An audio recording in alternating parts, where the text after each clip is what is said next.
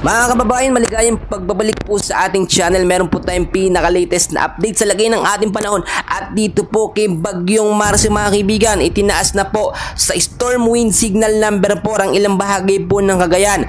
At tinawag na po na dangerous typhoon at nakakamatay. Ito nga pong si Bagyong Marce. So alamin natin ngayon yung kanyang pinaka-latest track, lokasyon, intensity at yung mga lugar pa na posibleng maapektuhan. But before that, wag na wag yung kakalimutan, importante na i-like, i-subscribe ang ating YouTube channel, pa-share na rin at pa-hit ng notification bell. Importante yan. Maraming salamat po. Mga kaibigan, ito po nga si Bagyong Marce ay nag-intensify sa palalo sa dangerously approaching po dito sa may bandang northeastern Cagayan.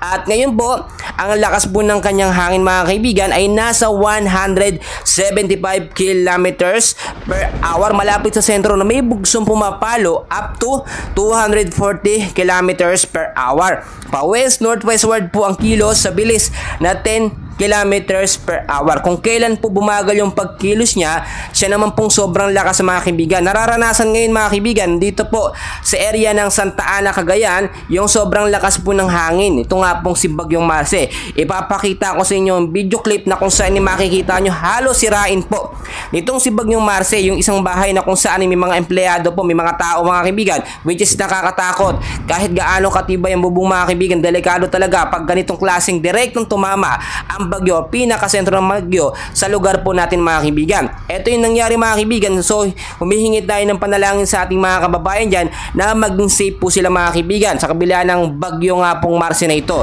So mga kaibigan, alamin natin ngayon yung kanyang mga lugar na posibleng daanan po, no? At nakita naman natin mabagal yung pagkilos nito.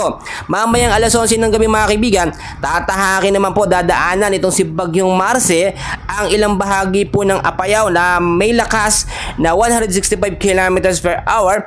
Typhoon category, pa-west northwestward po ang kilos sa bilis na 15 kilometers per hour, no?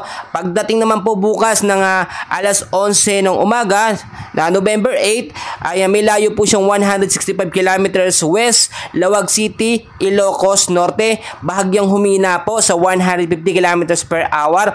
Pa-west northwestward po ang kilos sa bilis na 20 kilometers per hour. Ipapakita ko rin mga kababayan, mga kaibigan, ito yung pinaka-latest na track nga po, no? Itong si Bagyong Marce, which is kung titignan po ninyo yung pula na nasa gitna, yan po yung pinaka-sentro or mata nitong nga pong si Bagyong Marce na ngayon po ay naglandfall dito nga po sa ilang bahagi ng Cagayan, especially dyan sa may Santa Ana mga kaibigan. Tingnan nyo mabuti, pagdating pa po ng November 8 ng gabi, alas 11 mga kaibigan, ito'y tuluyan lalabas ng ating Philippine Area of Responsibility. Nagbago yung track niya mga kaibigan.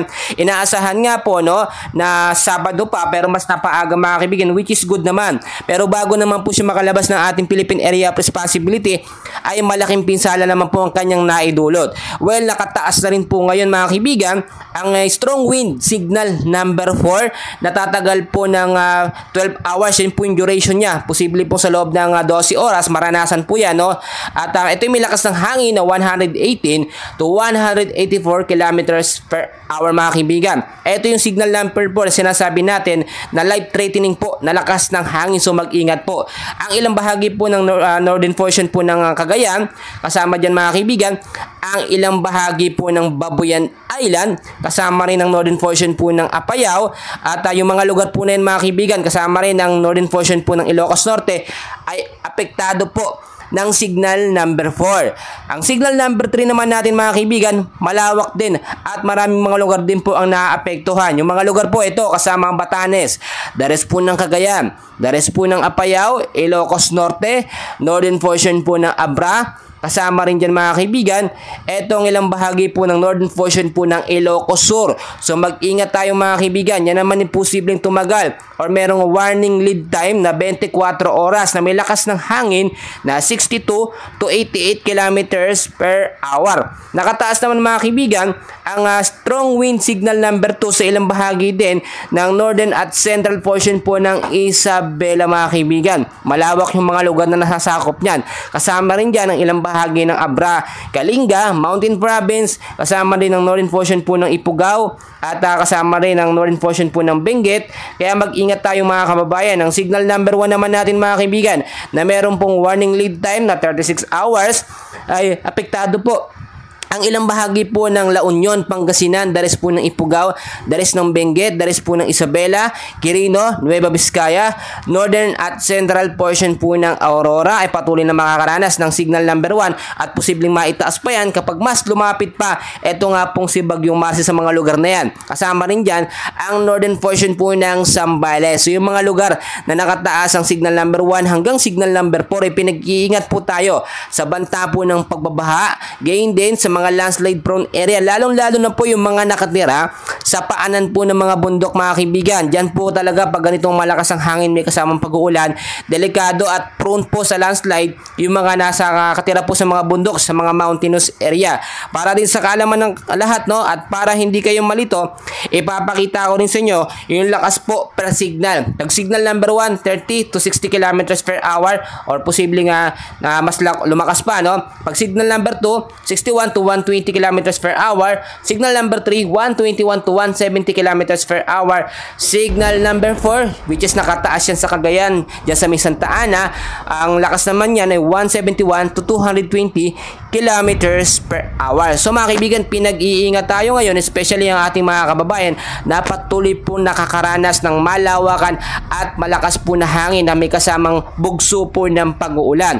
Ang sinasabi ko kapag ganitong meron tayong bagyo, mga kaibigan, number 1 po talaga, maging informed po tayo sa lagay ng panahon, no? Sa lagay ng bagyo, kung saan po yung direksyon niya, yung intensity niya mga kaibigan, yung pinaka-track niya, yan ang importante. Kasi nga naman, no, hindi tayo dapat lalabas ng ating mga kabahayan kapag alam natin may nakataas na signal number 1 or signal number 2 sa ating mga lugar, no? Which is ganito po ang nangyayari. Pangalawa, i-safety na po natin ng ating mga kagamitan, itago po natin sa mga ligtas na lugar, no? Yung mga hindi binabaha. Kung meron po kayong second floor, no, doon nyo po ilagay. Pangatlo mga kaibigan, lagi po mag-imbak or mag-imbak ng pagkain, no? Ano lang po yung kaya natin. Natatagal po ng 2 hanggang 3 araw, which is normally ganun lang naman yung mga bagyo, 2 to 3 days lang, tapos lalabas din ng ating Philippine Area of Responsibility or lalabas din sa inyong mga lugar, no? At yung pang-apat natin mga kaibigan, magkaroon tayo ng plano kapag ganitong may bagyo. Panghuli, ugaliin pong manatili sa ating mga kabahayan para mas safe po tayo dyan, no? Dahil kapag kayo nasa labas, mas delikado at mas prone po sa aksidente. Ang sinasabi natin, eto nga pong life threatening po na Bagyong Marcy ay talagang nakakamatay po yung lakas ng kanyang hangin, which is delikado po talaga. Nasa typhoon category, pero yung lakas ng hangin ay mala super typhoon po mga kaibigan. So mga kababayan ko, mamaya meron po muli tayong pinaka-latest na update dito kay Bagyong Marcy, no? Pasensya na kayo kung medyo overhype tayo, no? Gusto lamang natin makapagbalita sa ating mga kababayan na nag-aabang po ng update dito nga po sa lagay ng ating panahon at kay Bagyong Marcy. So patuloy tayong mag-antabay, huwag nyo kalimutan mag-like, subscribe at bahit ng notification bell. Maraming salamat po.